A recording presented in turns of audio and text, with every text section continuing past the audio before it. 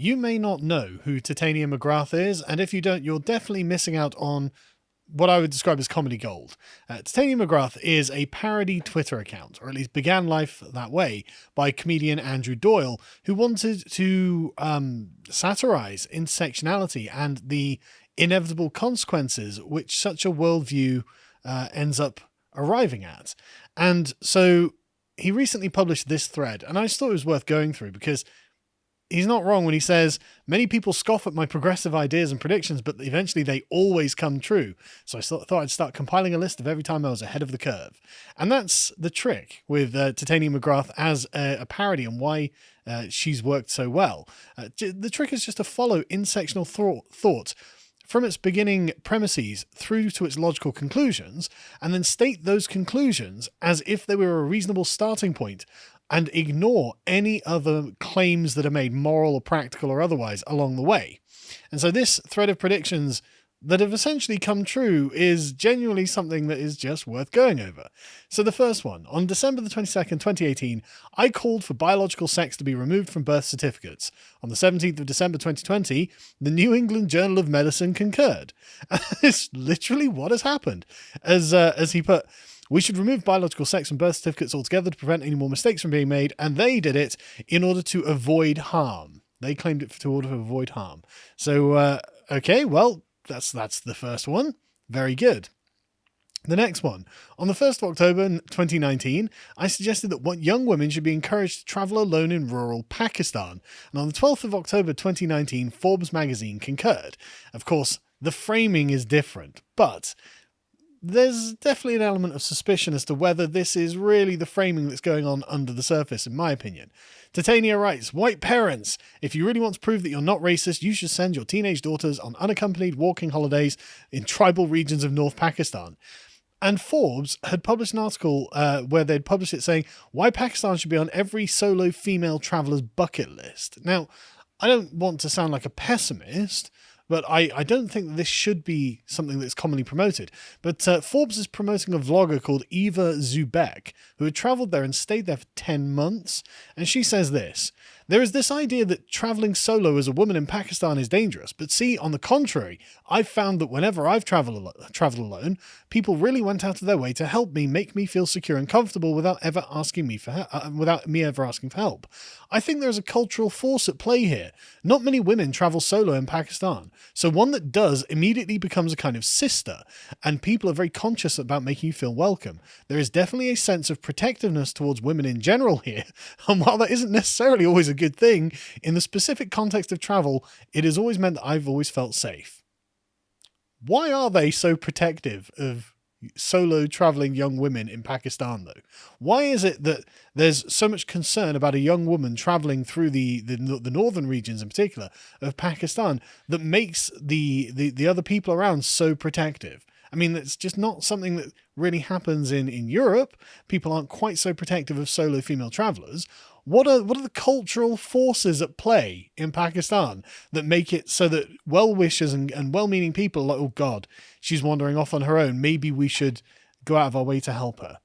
No idea. I've never been to Pakistan myself, you see. And unfortunately, Eva doesn't really give us any kind of detailed breakdown of what the culture that influences this factor might be. She's just very lucky that wherever she went, everyone was really nice to her all the time. And I'm sure that all of the other women that she's going to inspire to travel alone, wandering around Pakistan, are going to experience exactly the same thing. The next one is, on the 19th of September 2018, I criticised Julie Andrews, aka Mary Poppins, for chimney suit blackface. On the 28th of January 2019, the New York Times concurred. Titania had said, a lack of diversity in the acting industry is nothing new. Here's an old photo of Julie Andrews applying blackface for a production of Porgy and Bess. Of course, the picture. But the thing is, this is actually like the same tack that the New York Times actually took. Mary Poppins and a nanny's shameful flirting with blackface. As they say in the article, one of the more indelible images from the 1964 film of Mary Poppins blacking up, like, that's not what was happening. But anyway, When the magical nanny accompanied her young charges, Michael and Jane bangs up their chimney. Their faces get covered in soot, but instead of wiping it off, she gamely powders her nose and cheeks even blacker. Then she leads the children on a dancing exploration of London rooftops with Dick Van Dyke's sooty chimney sweep Bert. And they say, this might seem like an innocuous comic scene if Travers' novels didn't associate chimney sweeps' blackened faces with racial caricature. Oh, I'm sure they did, but who's read the novels? I haven't read the novels. I'm not interested in reading the novels. I probably haven't even seen the film. It's been a long time if I have. But it's obviously a consequence of chimney sweeps getting covered in soot. The same sort of complaint was made about a picture of Welsh coal miners, who, incidentally, my grandfather was one way back in the day. And I used to hear all the stories, how they'd come back into the valleys from the mines, just everyone black as night, because that's what they've been doing all day. And you didn't know which one was your own father, according to my nan, until he turned down the street, the path into the house. And so now, but this is now just offensive and blackface. Okay. The next one. On the 7th of March 2019, I published my book Woke, in which I argued that skyscrapers are oppressive phallic symbols. On July the 6th, 2020, The Guardian concurred. Of course they did. Of course The Guardian published this, right? So Titania had written, capitalism, after all, is a singularly male phenomenon. The ultimate symbol of capitalism, the skyscraper, is nothing more than a giant cock on the horizon, effing the heavens. Almost exactly what The Guardian published. Ironically, upward thrusting buildings ejaculating into the sky. Do cities have to be so sexist? Ask The Guardian. Now, as the subtext goes, toxic masculinity is built into the fabric of our urban spaces, writes Leslie Kern, author of the new book Feminist City. And a quote from this is, as far back as 1977, an American poet and professor of architecture named Dolores Hayden wrote an article with the explosive headline, Skyscraper Seduction, Skyscraper Rape. Hayden tore into the male power fantasies embodied in this celebrated urban form. The office tower, she wrote, is one more addition to the, quote, procession of phallic monuments in history, including poles, obelisks, spires, columns, and watchtowers, where architects unironically use the language of base, shaft, and tip while drawing upward thrusting buildings ejaculating light into the night sky. Genuinely prophetic. Like, how is this happening? How is this parody account so accurate to reality, to what will happen? But what I love about this is that skyscrapers are obviously the product of space constraints. You can't build outwards, you have to build upwards. Oh my God, that looks like a penis. This is sexist. Feminists are most affected. I'll try and get control of myself, but I'm really enjoying this. So the next one. On the 6th of June 2019, I demanded an option to mute white males. On the 14th of July 2020, Instagram concurred. Now this one is fake news, but I'll explain why in a minute. Titania had said, Twitter should come up with an option to automatically mute all straight white males. And according to Distractify.com, that's not what happened. What happened was Instagram has stickers that you can use. I don't really know. But they say Instagram stickers have always been seen as a fun way to make stories more vibrant and interactive. I love this, always. Is Instagram only like 8 years old or something like this? But anyway, always has been. But this definitely wasn't the case for the mute white people button. After it got shared by Katie on Twitter, it was quickly discovered that the original button was taken from Giphy.com, where it was originally created, and it was taken from there by a progressive media company called Refinery 29, and they had modified it to be mute white people rather than something, the unbothered sticker or something. But there were people in favor of Instagram creating a button that had mute white people. So it's not like this didn't align well with progressive thought. As Lauren had posted, the voices and opinions of white people have been the loudest and most respected for centuries. Yet mute white people, yes, mute white people, but also amplify minorities. It's not a hard concept, question mark, question mark, question mark. Reverse racism doesn't exist. Stop trying so hard to be oppressed. Just shut up and let us oppress you. Just shut up and let us racially segregate you and silence you. It's fine. It's not weird. It's not racist. It's not what the Nazis would have done. It's just what progressivism does. And to the next one. On the 2nd of May 2020, I criticised the NHS for appropriating the LGBTQ rainbow flag. On the 6th of May, just 4 days later, Forbes magazine concurred. Titania had written, "The great tragedy of this pandemic is that children throughout the UK have been indoctrinated into appropriating the LGBTQIA+ flag. Never mind the virus, we need a vaccine for bigotry." Because the rainbow was being used as a symbol of the NHS to support the NHS, that people were drawing rainbows, putting them in the windows, all quite innocuous and, quite wholesome, really, to be honest.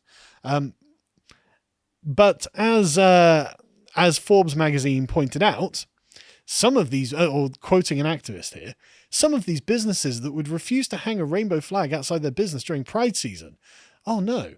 So they weren't on board, and now they're culturally appropriating the rainbow from the LGBTQ activists. It feels like those that fought and campaigned for us to have a symbol of solidarity are being belittled by the meaning of the rainbow being changed in the current climate. We've fought so long for a place in the world, I feel that this has weakened our power and stance within the country and the world.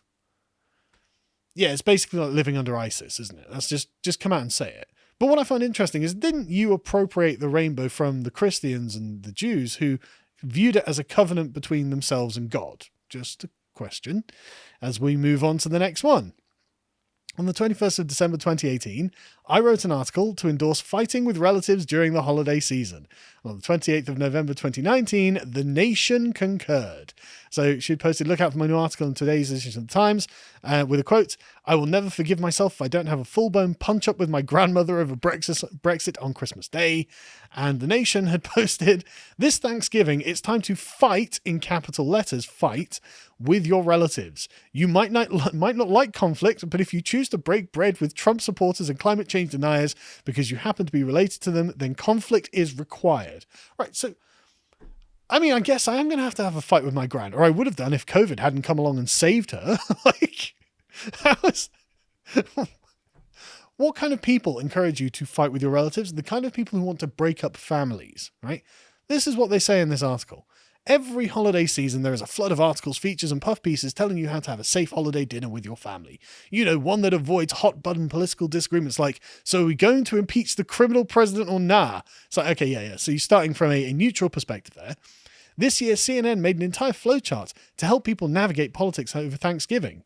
How weak. How pathetic. We stand on the precipice of losing our American character to the forces of authoritarianism and bigotry. That's right. That's why you have to punch grandma. For many people, this holiday season will be the last face-to-face encounter with family members before the most consequential elections of our lifetimes. And yet many people are desperate to pass the potatoes without starting any uncomfortable conversations. The holidays is when your resistance is needed. Some of you have the opportunity to talk to Trump voters and assorted conservatives this weekend, as if they didn't have that opportunity in daily life. That says speaks volumes about the people writing these articles. Some of you will have had the opportunity to talk to people who live in an echo chamber of Fox News commentary and Russian troll farms. To waste that opportunity because of your own hang-ups and mummy or daddy issues is criminal. Well, there we go. Now you have to make your holidays a raging disaster, or else Trump wins. Anyway, folks, you definitely want to go follow Titania McGrath on whatever platform you happen to prefer using. And if you would like to support us, you can go to lotusseeds.com and check out all the extra content that we have there that you may well enjoy as well. Become a premium member and keep us going. Thank you for watching, and we'll see you next time.